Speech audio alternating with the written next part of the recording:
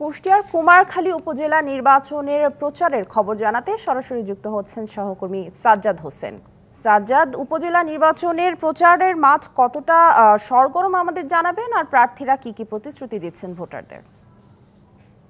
জি সামিয়া, আসলে আপনি জানেন যে দ্বিতীয় ধাপে 21শে মে কুষ্টিয়ার 4টি উপজেলায় নির্বাচন অনুষ্ঠিত হবে। এর মধ্যে কুমারখালী উপজেলায় নির্বাচন হচ্ছে এবং প্রচারণা আমরা সকাল থেকেই দেখেছি যে প্রার্থীরা ভোটারদের দ্বারে দ্বারে যাচ্ছেন এবং তারা ভোট প্রার্থনা করছেন। আমরা আছি এই মুহূর্তে শিলাইদহ ইউনিয়নে সকাল থেকে প্রচারণা চালাচ্ছেন আব্দুল মান্নান খান, যিনি বর্তমান উপজেলা চেয়ারম্যান। উনি আনারস প্রতীক নিয়ে নির্বাচনে লড়ছেন। আমরা একটু যদি জানতে চাই আপনার কাছে, আপনি তো বর্তমান চেয়ারম্যান, 5 বছর কি উন্নয়ন করেছেন, ভোটারদের যারা লোক ছিলেন, আপনার ভোটার ছিলেন, তাদের কতটা প্রতিশ্রুতি বাস্তবায়ন করতে পেরেছিলেন এবং এবারে জয়ের ব্যাপারে আপনি কতটা আত্মবিশ্বাসী? নগদে 500 টাকা বা তার বেশি পেমেন্টে পেতে পারেন ঢাকায় জমিসহ 20 কোটি টাকার পুরস্কার। আমি গত 2 টার্ম 10 বছর উপজেলার চেয়ারম্যান, কুমারখালী উপজেলার প্রত্যেকটা এলাকার মানুষের ভোটে নির্বাচিত।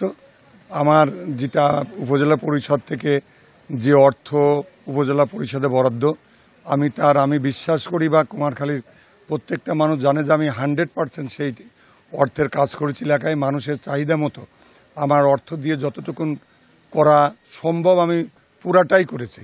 আমি এর কোনো ব্যত্যয় ঘটে নাই। আর এবার আমি আশাবাদী যে আমি এই 10 বছরে মানুষের প্রাণের সাথে মিশে গেছি, মানুষের কাজের সাথে মিশে গেছি।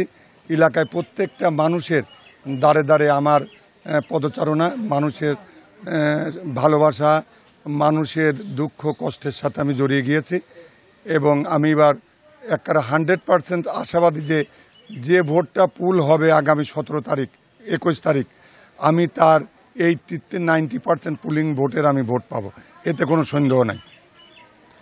যে সামিয়া শুনছিলেন যে আব্দুল মান্নান খান বলছিলেন যে ভোটের পরিবেশ ভালো রয়েছে এবং তারা 21 তারিখে যাতে ভোটটা শান্তিপূর্ণভাবে অনুষ্ঠিত হয় এবং প্রশাসন যাতে নিরপেক্ষ, অবাধ, সুষ্ঠু ভোটের ব্যবস্থা করে, সেই দাবি এখানকার ভোটাররা জানিয়েছেন। সামিয়া, সাজ্জাদ, ধন্যবাদ আপনাকে আমাদের সাথে যুক্ত হবার জন্য।